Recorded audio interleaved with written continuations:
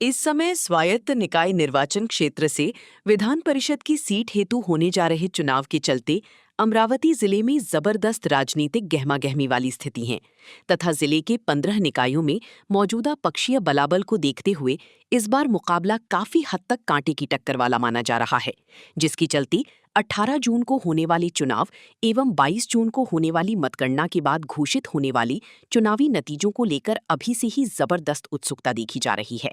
जिसके चलते ये जानना भी दिलचस्प हो सकता है कि अमरावती निकाय क्षेत्र से अब तक विधान परिषद की सीट के लिए कितनी बार चुनाव हुए तथा अब तक कौन कौन सी सीट से निर्वाचित होकर विधान परिषद में पहुंचा। अमरावती निकाय क्षेत्र से विधान परिषद की सीट हेतु अब तक हुए चुनावों की उपलब्ध जानकारी के मुताबिक सन 1972 से पहले स्थानीय सरोज चौक परिसर निवासी रामदयाल गुप्ता द्वारा अमरावती सीट का विधान परिषद में 3 बार प्रतिनिधित्व किया गया था।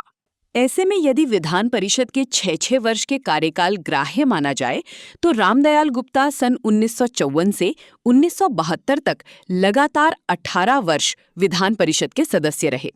खास बात यह भी रही कि रामदयाल गुप्ता की गिनती कांग्रेस के तत्कालीन बड़े नेताओं में हुआ करती थी, जिन्होंने विधान परिषद में कांग्रेस की ओर से अमरावती सीट का प्रतिनिधित्व किया था। वहीं सन 1972 में हुआ चुनाव दरियापुर निवासी NU देशमुख तथा सन 1978 में हुआ चुनाव दत्तापुर धामणगांव निवासी AK उर्फ अणा साहिब देशमुख ने जीता था। ये दोनों ही कांग्रेस की ओर से निकाय निर्वाचन क्षेत्र की सीट हेतु विधान परिषद के लिए प्रत्याशी थे। वर्ष 1984 में विधान परिषद का चुनाव होने से पूर्व AK उर्फ अणा साहिब देशमुख का निधन हो गया था, जिसके चलते कांग्रेस ने अपनी महिला नेत्री वसुधा देशमुख को चुनावी मैदान में उतारा था, जिन्होंने सन 1984 का चुनाव जीतने के साथ साथ वर्ष 1990 के चुनाव में भी कांग्रेस प्रत्याशी के तौर पर निकाय क्षेत्र से विधान परिषद का चुनाव जीता था और वे लगातार 12 वर्षों तक इस सीट का विधान परिषद में प्रतिनिधित्व करती रहीं। वसुधा देशमुख का दूसरा कार्यकाल वर्ष 1996 में खत्म हो गया था, परंतु इसके उपरांत अगले करीब 3-4 वर्षों तक तत्कालीन राजनीतिक स्थितियों के चलते महाराष्ट्र विधान परिषद के चुनाव नहीं कराए जा सकते थे, जिसके चलते सीधे सन 2000 में अमरावती निकाय क्षेत्र से विधान परिषद का चुनाव हुआ था, जिसमें जीत दर्ज करते हुए पूर्व मंत्री जगदीश गुप्ता ने अमरावती सीट से विधान परिषद में पहली बार भाजपा का खाता खोला था। ज्ञात रहे कि पूर्व मंत्री जगदीश गुप्ता ने ही सन 1989-90 के विधानसभा चुनाव में अमरावती सीट से जीत हासिल करते हुए विधानसभा में भी भाजपा का खाता खोला था और सन 1994-95 के विधानसभा चुनाव में वे लगातार दूसरी बार भाजपा की टिकट पर अमरावती विधानसभा क्षेत्र से विधायक निर्वाचित हुए थे, जिन्हें उस समय राज्य में भाजपा सेना युति की सरकार बनने पर राज्य मंत्री व जिला पालक मंत्री भी बनाया गया है। परंतु वर्ष 1999 के विधानसभा चुनाव में जगदीश गुप्ता को कांग्रेस प्रत्याशी डॉक्टर सुनील देशमुख के हाथों हार का सामना करना पड़ा,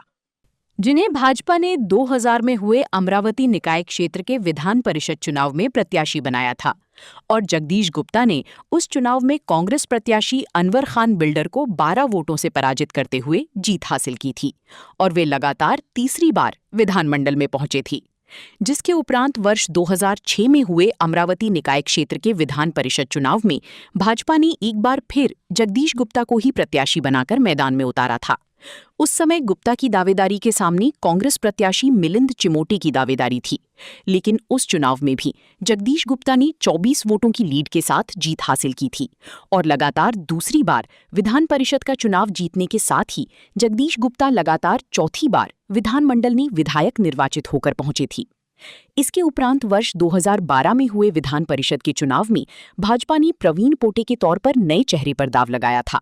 जिनके सामने कांग्रेस की ओर से बबलू देशमुख की दावेदारी रहने के साथ ही मूलतः अमरावती निवासी एवं मुंबई के उद्योजक अजय नावंदर की निर्दलीय दावेदारी की चुनौती भी थी।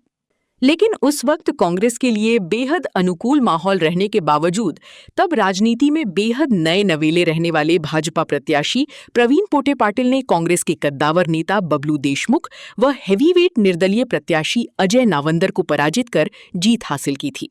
इसके साथ ही प्रवीण पोटे पाटिल ने अपना पहला कार्यकाल सफलतापूर्वक पूर्ण करने के बाद वर्ष 2018 के विधान परिषद चुनाव में एक तरफा जीत हासिल करते हुए क्लीन स्वीप किया था और रिकॉर्ड तोड़ वोटों के साथ निकाय क्षेत्र से विधान परिषद का चुनाव जीतने का इतिहास रचा था। उस चुनाव में कांग्रेस के पास अपने खुद की 117 वोट थे, जिसमें से कांग्रेस प्रत्याशी अनिल माधुगड़िया को केवल 17 वोट ही मिले थे, जबकि प्रवीण पोटी ने रिकॉर्ड 442 वोट हासिल करते हुए चुनाव जीता था। खास बात ये भी थी कि वर्ष 2012 में जब प्रवीण पोटी पहली बार विधान परिषद सदस्य निर्वाचित हुई थी, तब महाराष्ट्र में कांग्रेस राकांपा आघाड़ी की सरकार हुआ करती थी। लेकिन 2 वर्ष बाद ही राज्य में सत्ता परिवर्तन होकर भाजपा के नेतृत्व तले भाजपा सेना युति की सरकार बनी थी, जिसमें विधायक प्रवीण पोटे पाटिल को राज्य मंत्री व जिला पालक मंत्री का पद मिला था। जिसके उपरांत वर्ष 2018 में प्रवीण पोटे पाटिल ने एक बार फिर विधान परिषद का चुनाव जीता था। ऐसे में कहा जा सकता है कि विगत करीब 60 वर्षों के दौरान अमरावती निकाय क्षेत्र में विधान परिषद की सीट पर लगातार 42 वर्षों तक कांग्रेस का दबदबा रहा। वहीं विगत 24 वर्षों से ये सीट भाजपा के कब्जे में है। साथ ही ये भी कहा जा सकता है कि सन 1972 के बाद से लेकर अब तक अमरावती निकाय क्षेत्र में कांग्रेस व भाजपा के बीच मुकाबला लगभग बराबरी वाला रहा, क्योंकि सन 1972 से लेकर अब तक 8 बार हुए विधान परिषद चुनाव में पहले कांग्रेस ने 4 बार और फिर भाजपा ने 4 बार जीत हासिल की। इसके चलते अब इस बात को लेकर जबरदस्त उत्सुकता बनी हुई है कि इस बार कौन किस पर भारी पड़ता है। विशेष उल्लेखनीय है कि पूर्व मंत्री प्रवीण पोटे पाटिल का विधान परिषद सदस्य के तौर पर कार्यकाल वर्ष 2024 में ही समाप्त हो गया था।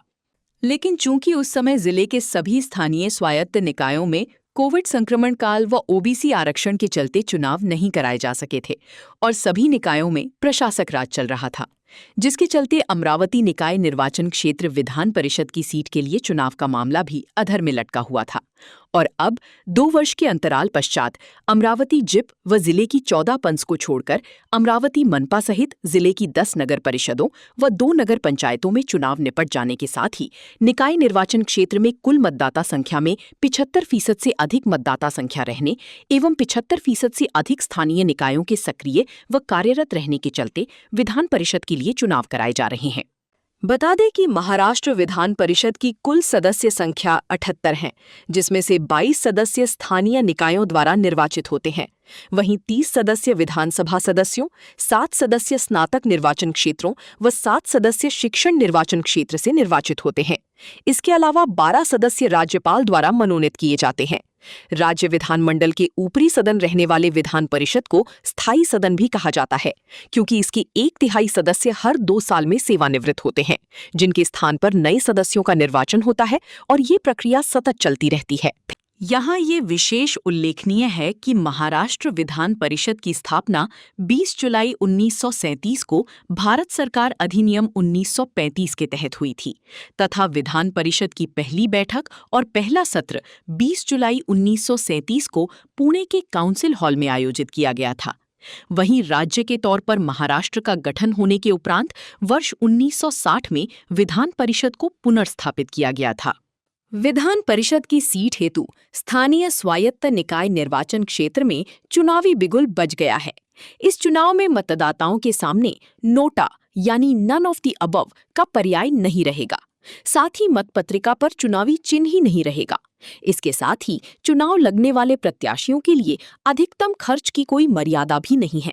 इसके चलते ये चुनाव जरा हटके साबित हो रहा है। संभवतः यही बातें उम्मीदवारों एवं मतदाता के लिए फायदेमंद साबित होने वाली हैं।